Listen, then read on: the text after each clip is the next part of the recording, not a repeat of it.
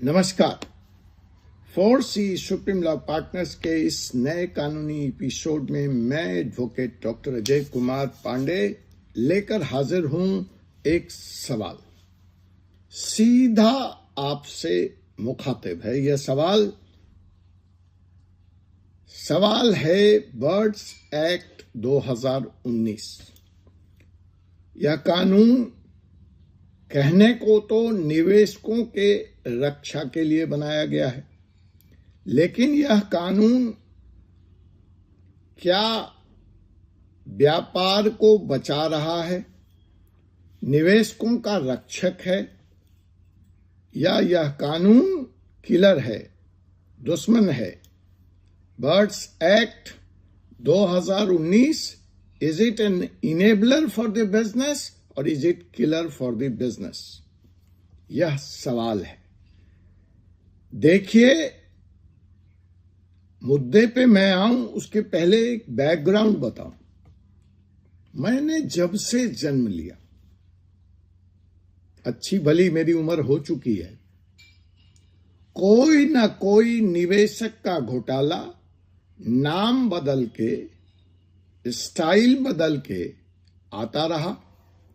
लोग पैसे लगाते रहे, लोग लूटते रहे, प्रमोटर्स जेल जाते रहे, पैसा किसी को नहीं मिला। कानून जितने भी बन गए हों, नए स्कीम आने नहीं रुके। हर गली मोहल्ले चौराहे में, शहर में, राज्य में नई नामों से नई स्कीम आए। लोगों ने ग्रीड में, लालच में ज्यादा पैसे लगाने के लिए उन स्कीम्स में पैसे लगाए। कभी मनी प्लांट के नाम पर, कभी पियरलेस, कभी सहारा, कभी श्रद्धा। बस नाम का ही फर्क है, काम वही रहा। अभी लेटेस्ट कंट्रोवर्सी जो चल रही है वह व्यू नाउ स्कैम को लेकर है। उसे भी MLM करार दिया गया है। एमवे पे तो ईडी की मार और जंग से आप सभी परिचित हैं। तो इन सब से बचाने के लिए या इन सब के निचोड़ को लेकर सरकार ने उपभोक्ता के संरक्षण के लिए, निवेशकों के अधिकार के संरक्षण के लिए एक कानून लेकर आए, और जिसका नाम है बर्ड्स एक्ट। तो दोस्तों, आज 4C सुप्रीम लॉ के इस एपिसोड में हम आपसे कानून, आपके अधिकार के विषय पर गंभीर चर्चा करते हैं बर्ड्स एक्ट के संबंध में। जैसा कि मैंने पहले ही अपने ओपनिंग सवाल में पूछा कि आज के हम इस एपिसोड में पोस्टमार्टम करेंगे कि यह कानून बिजनेस इनेबलर है या बिजनेस किलर है। यह कानून निवेशकों का रक्षक है या व्यापार का दुश्मन है।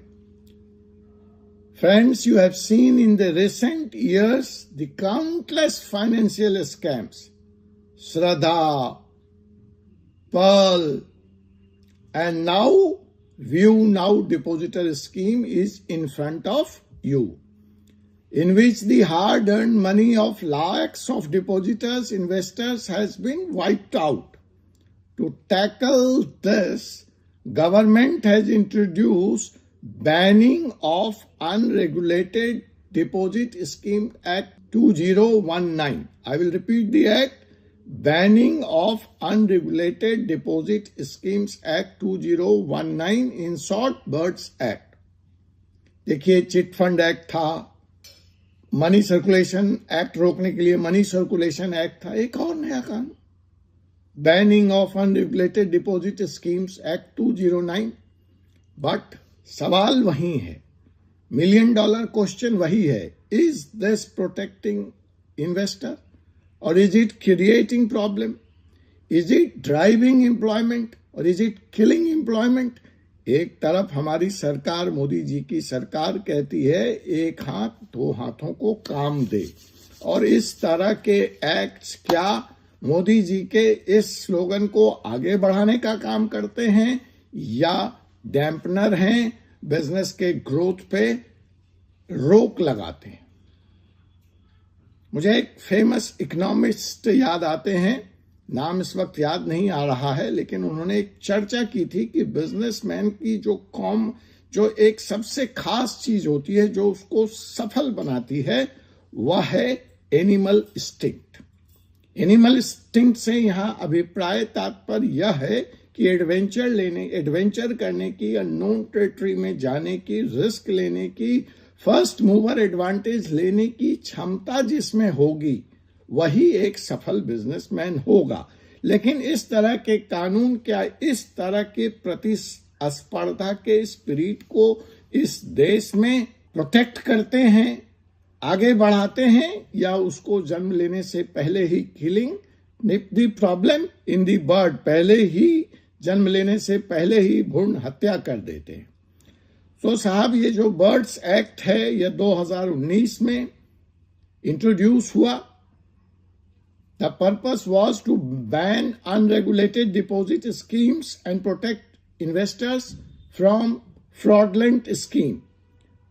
Ponzi schemes, chit fund schemes को रोकना और छोटे निवेशकों को ठगने से बचाना इस एक्ट का घोषित मकसद था। So under this act, what was done or what ought to be done was unregulated these deposit schemes were to be completely banned. Authorities were given powers to attach the assets of the defaulters, and a central database was to be created to track the deposit schemes. Victims were allowed or can claim compensation through a competent authority. But no doubt the intention behind this act was noble, but its execution led to several questions which still remain unanswered. Intent was good but execution was bad, और उसका परिणाम क्या हुआ कि genuine business को भी इस act ने किल कर दिया, या किल कर रहा है, या नुकसान पहुंचा दिया। सबसे पहले, what is the basic problem with this act? The basic problem with this act is that its definitions are vague. Act doesn't clearly define what is unregulated deposit scheme. इस वजह से जो छोटा व्यापारी है, जो अपने फैमिली और फ्रेंड से पैसे उधार ले लेते हैं, वह भी इस कानून के दायरे में आ जा रहे और उन पर भी कार्रवाई हो रही है। दूसरी बड़ी समस्या, ईडी कूद जा रही है। High handedness of ED. Enforcement agency like ED are using the BIRDS Act and PMLA to target businessmen without proper investigation. Assets are seized, business are shut down even before proving the guilt. अरे अपराध साबित नहीं हुआ, आपने दरवाजे बंद कर दिए, शटर गिरा दिए, एसेट्स फ्रीज कर लिए, तो कोई भी बिजनेस मर जाएगा। कल को भले कोर्ट में इनोसेंट साबित हो जाए। So this is something needs to be questioned. Judicial silence है. Judiciary is completely mum on this high-handedness. Courts have not provided clear guidelines on how to interpret the act, leading to prolonged legal battles and delayed justice for the victim. And the case which is to be referred or which needs to be referred is the present ongoing View Now crisis. आपने view now के ऊपर इस वक्त तक ED FEMA लगाई, fail हो गई, PMLA के तहत कार्रवाई करी, और अभी गिल्ट प्रूव नहीं हुआ है कि मनी लॉन्ड्रिंग हुआ या नहीं हुआ, या वो पोंजी स्कीम है उसका, या वो एमएलएम है। आपने उसके एसेट्स को फ्रीज कर रखा है। इन्वेस्टर्स जाए तो कहां जाए? Courts are silent. तो यही सवाल मैं व्यू नाउ के इस केस को कोट करके आपसे पूछ रहा हूं। दैट वे तो you can go to any bank, any NBFC, any mutual fund distributor and allege them of money laundering, allege them of running a Ponzi scheme or a chain scheme, and freeze their assets. They are bound to die. They are bound to finish. They are bound to default. Then you say they have defaulted, that's why you have acted against them. So this is something needs to be questioned. In my next episode, I will talk about another big educational crisis. That is of Fiji. Lakhs of people are in the street. Children are already under pressure to take exams, their board exams. Parents have lost their money. Again, income tax is responsible. That's why I am asking, are these authorities, are these acts, are in tune with the larger billion-dollar economy which Modi ji wants to create, which the nation wants to have, which is the ultimate way of making India a developed country? The number 3 or number 2 in the world. With these kind of high-handed approach of the investigation agency and the silence of judiciary, I doubt that aim is going to be achieved. Let's talk about here the people who are suffering unnecessarily, the investors, the students, the parents, because of this high-handed attitude of the enforcement agency. Then comes the real provision of the intent. This act was made for me, I mean the investor. It envisioned, its intent was that even in case of fraud, my interest will be protected. The investor interest will be protected. I'm not a party, I'm not a criminal, I have not done a crime. I may have been misguided. I have deposited hard-earned money and I have been duped. But look at the things. Where is the third intent of Birds Act? Why justice is not coming to me? Everybody is silent on that. Neither judiciary, nor authority, nor government. That's my question today. So ये birds act उम्मीद की किरण लेके आया था. ये बात करता है अपने तीसरे इंटेंट में कि इन्वेस्टर्स के इंटरेस्ट को प्रोटेक्ट किया जाएगा. सेंट्रल डाटा एजेंसी बनाई जाएगी. इसमें यह भी कहा गया था कि एक कॉम्पिटेंट अथॉरिटी बनाई जाएगी जो मेरे पैसे मुझे दिलवा देगी अगर इस तरह का कोई कार्रवाई होती है. कहाँ है वो तीनों? कहाँ है वो सेंट्रल डाटाबेस? कहाँ है वो कॉम्पिटेंट अथॉरिटी? कहाँ है मेरा पैसा दिलवाने का मुझे मैकेनिज्म? मेरा तो हार्ड अर्न इनकम टैक्स दे करके दिया हुआ पैसा है. कई लोगों ने बैंक से लोन ले करके EMI चुका रहे हैं, पैसा लगाया डिपॉजिट स्कीम. किसको इसकी चिंता है? तो साहब, यह जो न्याय दिलाने की उम्मीद थी उसकी भी भ्रूण हत्या हो गई है इस एक्ट में. सिर्फ और सिर्फ है तो कार्रवाई, न्याय तो कहीं है ही नहीं. So this is very clearly in view, from the View Now case and several other cases, the process to claim compensation is either not there, and if it is there, it is very slow and complicated, and it is not serving any purpose. There is a complete lack of awareness. Most of the victims doesn't know how and when to file their compensation claim under the BACS Act. And there is a complete emotional breakdown and trauma, losing hard-earned money, leading to financial and emotional distress, and the legal system often is adding pain to it, is adding salt to my pain.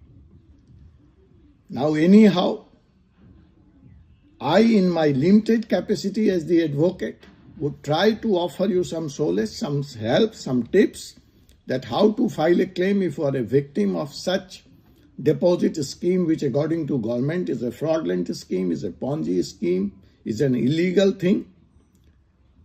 तो अगर view now या किसी और ऐसे deposit scheme में आपका भी पैसा फंस गया है तो आपके क्या क्या अधिकार हैं, मैं इसकी बात करता हूं. सबसे पहले तो उस कॉम्पिटेंट अथॉरिटी के पास बर्ड्स एक्ट में जाइए और एक कंप्लेन फाइल कीजिए जो आपको आपके पैसे दिलाने में मदद करेगा. आपको सारे अपने डॉक्यूमेंट्री प्रूफ इकट्ठे करने हैं related to investment, receipts, agreements, communication with the company. If you are not able to do it yourself, consult a competent lawyer who would guide you through the process. दोस्तों, मैं तो यही कह सकता हूं कि if you are a victim, don't stay silent. आपके पास कानूनी मदद है और हम भी आपको मदद करने के लिए तैयार हैं। अगर आप एक निवेशक हैं और आपके साथ ज्यादती हुई है, आपका पैसा भी नाउ चाहे किसी और अन्य स्कीम में खोया है, तो आप हम तक अपनी आवाज पहुंचाएं। हम आपको इस बारे में कानूनी सलाह देंगे और आपकी शिकायत दर्ज कराने में आपकी मदद करेंगे। दोस्तों, इस वीडियो को आगे शेयर करें ताकि सभी लोग अपने अधिकारों के बारे में जान सकें। और दोस्तों, हमारे चैनल को सब्सक्राइब करना ना भूलें। Thank you for watching and we will see you in next scheme. आप अपना केस फाइल करने के लिए हमसे संपर्क कर सकते हैं। हमारा पता, हमारा कांटेक्ट डिस्क्रिप्शन में है और हमारे चैनल को सब्सक्राइब करें फॉर मोर लीगल इनसाइट्स। आपसे पुनः मुलाकात होगी एक ऐसे ही विषय के साथ अगले एपिसोड में। तब तक मुझे एडवोकेट डॉक्टर अजय कुमार पांडे को अनुमति दीजिए। जय हिंद, जय भारत।